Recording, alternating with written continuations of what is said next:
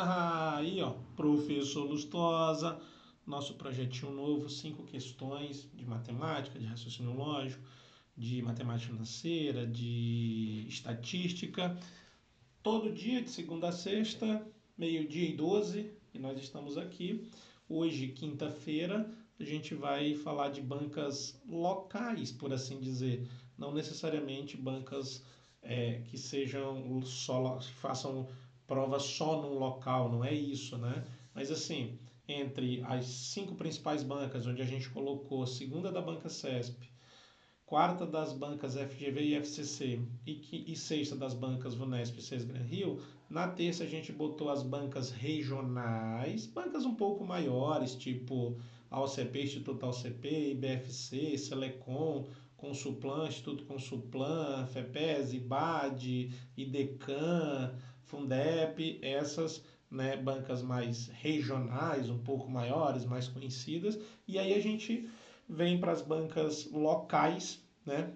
Que a gente chama de locais, também outras bancas, e esse IV, o FG, é o Instituto Verbena, que é da Universidade Federal do Goiás. Não faz prova só no Goiás, faz prova no Mato Grosso, já fez prova no Acre, faz prova no Brasil, mas assim, bancas menos conhecidas, por assim dizer. Mas aí como eu tinha, não posso botar bancas mais conhecidas, bancas menos conhecidas, né? Então, bancas regionais na terça, bancas locais na quinta, e aí a gente vai aí outras bancas que não sejam as 5 bancas maiores, né?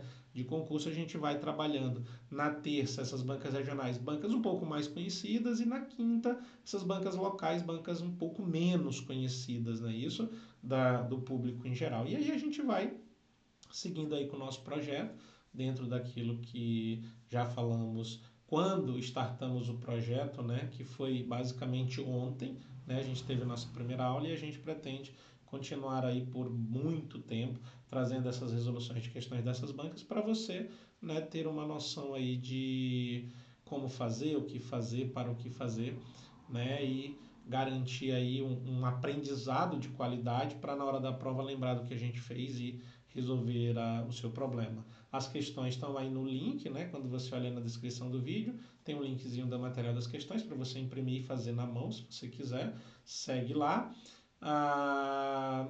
Dá o like, curte, compartilha, manda essa aula para mais alguém. Vai que alguém está estudando aí para algum concurso que você sabe que vai ser a banca Instituto Verbena que vai fazer. E você diz, ó, tem esse professor aqui que está fazendo e que tem a matemática ou lógica no edital. Assiste aí, aproveita e melhora e deixa um comentário, deixa um feedback para nós. Tamo junto? Dito isto, então, vamos começar os nossos trabalhos. Vou colocar no layoutzinho um pouco diferente hoje. Gosto desse layout aqui. Fica um pouco assim, mas acho bem legal. Não é isso?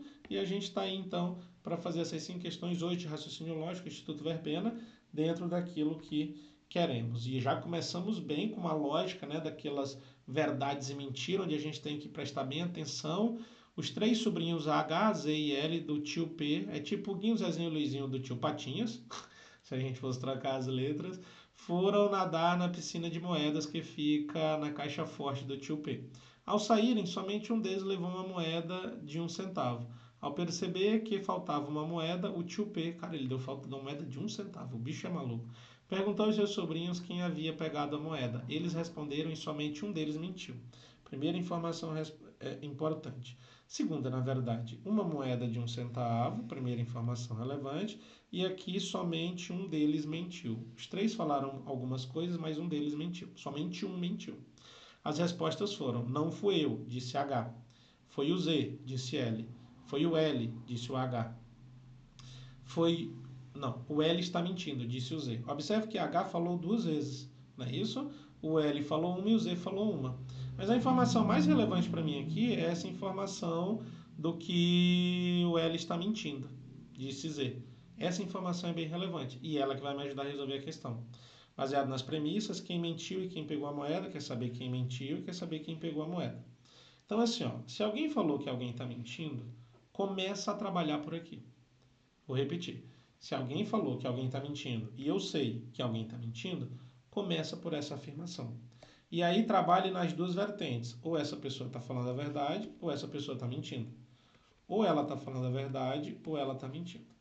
Se ela estiver falando a verdade, ela disse que o L está mentindo. Então a informação de L é falsa. consequentemente, se só tem um mentindo, a saber, os outros dois já estão falando a verdade. Que na verdade não é os outros dois, é o mesmo H, ele está falando a verdade. Fechou. Essa é uma possibilidade. Calma o coração. Pode ser, e eu considerei que o Z está falando a verdade. Não é isso? O Z falando a verdade. Mas pode ser que Z esteja mentindo. E se Z está mentindo, ele disse que o L está mentindo. Se isso é mentira, o L está falando a verdade. E observe, só tem um que mente, já é ele. E de idêntica forma, o H continua falando a verdade. Observe.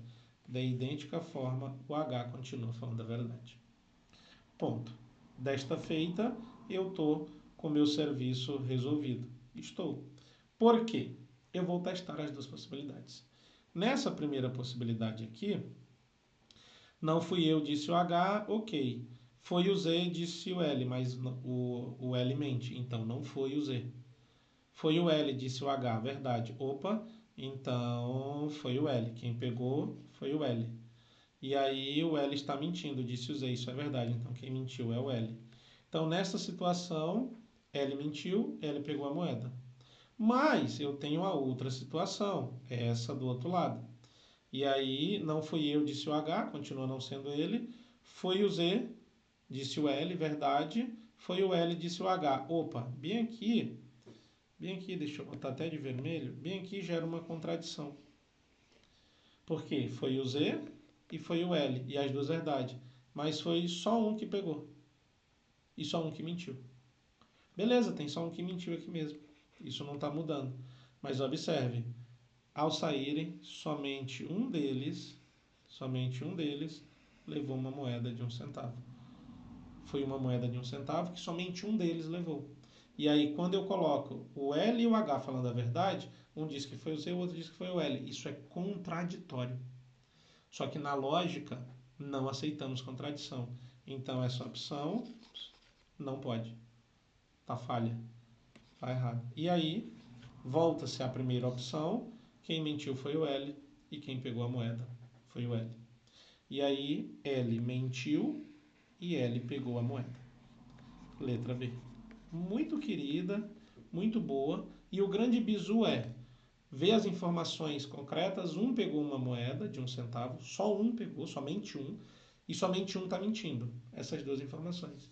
E aí, nos dizeres de cada um, alguém falou que alguém está mentindo. Opa, ali é o meu ponto de partida. Quando diz que alguém, né, está mentindo, ali é o meu ponto de partida. E aí eu tenho o choque de informações, buscando eventuais contradições. As contradições eu descarto e sobra isso. Querido, né? Filezinho. Olha a próxima. Em um curso de intercâmbio, 65 alunos estudam francês, 45 estudam alemão, 42 estudam russo. 20 estudam francês e alemão, 25 estudam francês e russo, 15 estudam alemão e russo. E 8 estudam os 3 idiomas. Qual o número de alunos que estudam pelo menos um dentre tais idiomas? Vamos organizar? Só organizar. Em nenhum momento foi falado somente ou apenas. Em nenhum momento foi falado isso. Então, quando eu falo de francês, 65 é aqui. Quando eu falo de alemão, 45 é aqui. E quando eu falo de russo, 42 é aqui. Aí, ele me diz que 8 estudam os 3 idiomas. Quando eu tenho conjuntos com três conjuntos e uma interseção entre os 3, eu começo dela. Por quê? Porque quando ele diz que 15 estudam alemão e russo, eu já tenho 8 que estudam francês, alemão e russo. Então eu vou descontar desses 15, porque em nenhum momento ele falou que 15 estudam só alemão e russo. Ele diz que 15 estudam alemão e russo. Mas os 8 que estudam francês, alemão e russo, estudam alemão e russo. Tem 8 que estudam francês, alemão e russo. Então eles já estudam alemão e russo. Estão dentro desses 15. E aí, esse é o grande pulo do gato. Essa é a grande sacada dessas questões. E aí, alemão e russo aqui só é 7. E aí eu tenho 25 que estudam francês e russo. Já tenho 8 que estudam francês, alemão e russo. Então, desses 25, 8 já estudam os 3 idiomas, francês, alemão e russo. Então, quem estuda francês e russo, ou só francês e russo, é 17. Aqui é o pulo do gato. É aqui o pulo do gato. E aí 20 estudam francês e alemão. Se 20 estudam francês e alemão, já tem 8. 12 estudam só francês e alemão. Entre o que não tem no texto, né, e o que eu vou descobrindo do texto. E aí, se eu tenho 65 que estudam francês, mas aqui eu já tenho 37, 12 com 8, 20, com 17, 37, para 65, salvo engano, está faltando 28. 28. 28. Pode conferir aí. 28. E aí, se eu tenho 45 que estudam alemão, mas eu já tenho 27 que estudam alemão com alguma coisa, então eu tenho só 18 que estudam só alemão. Não é isso? Quando você juntar, pá, você acha os 45. E se eu tenho 42 que estudam russo, mas eu já tenho ali, né, 25, 32 que estudam russo e mais alguma coisa, eu tenho 10 que estudam só russo. Pode olhar aí, ó. 10 que estudam só russo. E aí o que ele quer é esse total. Tipo, só somar. Só somar. 28 com 12 dá 40. Com 18, estou seguindo na linha de cima. 28 com 12 dá 40. Com 18, 58. Com 7, 65. Com 8, bem ali no miolinho, 73. Com 17, 90. Com 10, 100. Ou seja, estudando pelo menos um idioma, eu tenho 100 pessoas. Tá lá. Tá lá. Só que essa questão dava para fazer de uma outra forma, usando a formulazinha do número de elementos da união de três conjuntos com a interseção entre os três, que é uma formulazinha que diz assim: o número de elementos de A unido a B unido a C é o número de elementos de A mais o número de elementos de B mais o número de elementos de C menos a interseção A e B menos a interseção B e C menos a interseção A e C mais a interseção A e B e C. E aí eu tenho 65 para o francês, 45 para o alemão, 42 para o russo. Opa, aqui não é mais, agora é menos. Menos 20 do francês e alemão, menos 25 do francês e russo, menos 15 do alemão e russo, mais 8 do francês, alemão e russo. Agora eu vou lá. 65 mais 45 mais 42. Eu estou falando de 152 mais 8, né? Se eu já pegar aqui para não ficar muito gastando o nosso tempo, né? 160. E aí quando eu pegar aqui, menos 25, menos 20, menos 25, menos 15, menos 60, quando eu olhar, pá, eu chego no mesmo 100. Olha que belezinha. No mesmíssimo 100. Uma querideza, tá lá, filé do boi, mas pimpão, pimpão, pimpão. Tamo junto? Próxima, uma equipe de 5 engenheiros está participando de um projeto e o gerente precisa definir um grupo de trabalho composto por 3 desses engenheiros para realizar uma tarefa específica. Além disso, é necessário definir a ordem em que os 3 engenheiros selecionados apresentarão o relatório, ou seja, quando ele diz que eu preciso definir uma ordem, eu estou dizendo que a ordem é relevante, que a ordem é importante, que a ordem gera resultados diferentes. Presta atenção. Quantas diferentes possibilidades de seleção para essa tarefa podem ser feitas, né? Quantas diferentes possibilidades de seleção podem ser feitas? Eu tenho 5 e vou escolher 3. E a ordem importa. É uma questão de análise combinatória. E quando a ordem importa, é uma questão de arranjo. Arranjo de n em p, n fatorial dividido por n menos p fatorial. Arranjo de n... Arranjo de 5 em 3, porque eu tenho 5 e vou escolher 3. E ele disse que a ordem importa, é necessário definir uma ordem. Então eu tenho 5 fatorial, 5 menos 3, 2 fatorial. Dá 5 vezes 4 vezes 3 vezes 2 eu paro. 2 com 2 eu paro. 5 vezes 4, 20. Vezes 3, 60. E aí, pá, você tem então 60 maneiras de escolher esses 3 engenheiros, considerando que a ordem em que eles vão apresentar o relatório faz diferença, ou seja, importa. é preciso, é necessário definir uma ordem. Então a ordem importa. Quando a ordem importa, questão de arranjo. É uma questão de análise combinatória, eu vou escolher algumas pessoas dentre outras que eu tenho, e aqui a ordem tem sua relevância. Filé do boi. Próxima, uma empresa deseja formar uma equipe de 3 funcionários para um evento, com os cargos de presidente, vice-presidente e assessor. Cargos diferentes. Ordem importa, mas continua lendo, seguindo a tocada. A empresa conta com 6 profissionais, dos quais 2 falam inglês. Sabendo que a equipe deve conter pelo menos um funcionário que fale inglês, de quantas maneiras diferentes a equipe pode ser formada, considerando que os cargos são distintos? Se os cargos são distintos, presidente, vice-presidente e assessor, e eu ser presidente é diferente de eu ser vice-presidente, que é diferente de eu ser assessor, a ordem importa. E aí eu tenho 6, dos quais 2 falam inglês, eu preciso escolher 3 com pelo menos um falando inglês. Presta atenção no que eu vou fazer. Já sabemos que a conta é de arranjo, de novo. Não é isso? Arranjo de n em p, n fatorial dividido por n menos p fatorial.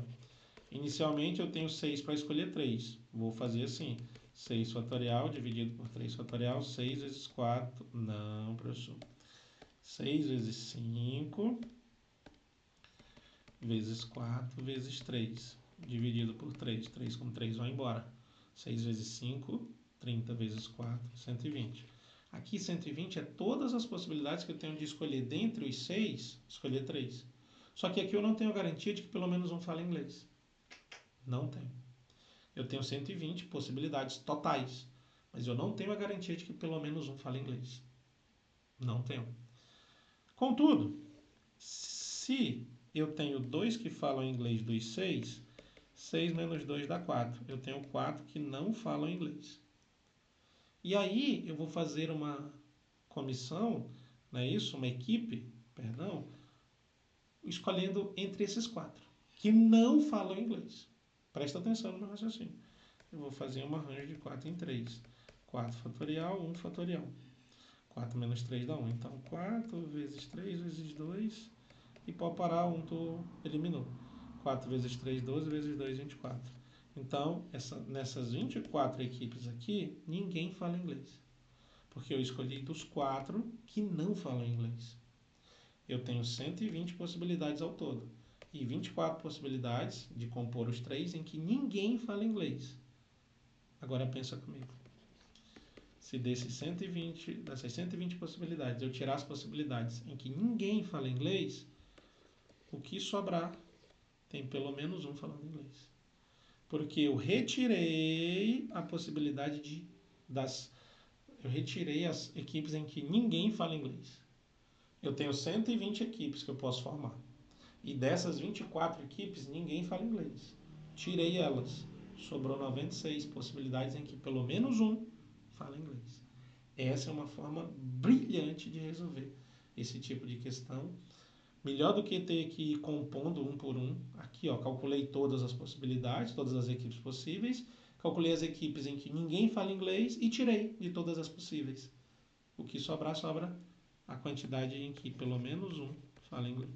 Muito boa.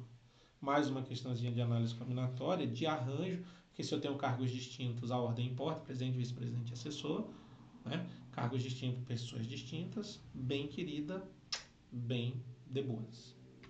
E aí nossa última questãozinha, são 5 questões só. Uma urna contém bolas idênticas numeradas de 1 a 80. Uma bola é retirada ao acaso com igual probabilidade. Qual a probabilidade de que o número sorteado seja múltiplo de 5 maior que 20? Múltiplo de 5 maior que 20, 25, 30, 35, 40, 45, 50, 55, 60, 65, 70, 75, 80. Quando eu juntar, 1, 2, 3, 4, 5, 6, 7, 8, 9, 10, 11, 12. O que eu quero é 12. O que eu tenho de 1 a 80, 80. Probabilidade é o que eu quero dividido pelo que eu tenho. Probabilidade 12 dividido por 80. Se eu simplificar tudo por 4, 3 dividido por 20. Letra B. Tá lá. Vou tirar uma bola só. Múltiplo de 5 maior que 20. Então é do 25 em diante. 25, 30, 25. Tem 12. De 80, 3 de 20. Se eu fosse fazer em porcentagem, daria qualquer coisa próximo de 15%. Não, igual a 15%. Nada próximo. Mas ele dá infração. Letra B. Filé? Se sim, 5 questõezinhas. Instituto Verbena, IV, ou FG, Instituto Verbena, Universidade Federal do Goiás. É o instituto ali que faz as questões ali, os concursos pela Universidade Federal do Goiás. Não é isso? E nós resolvemos 5 questõezinhas de raciocínio lógico.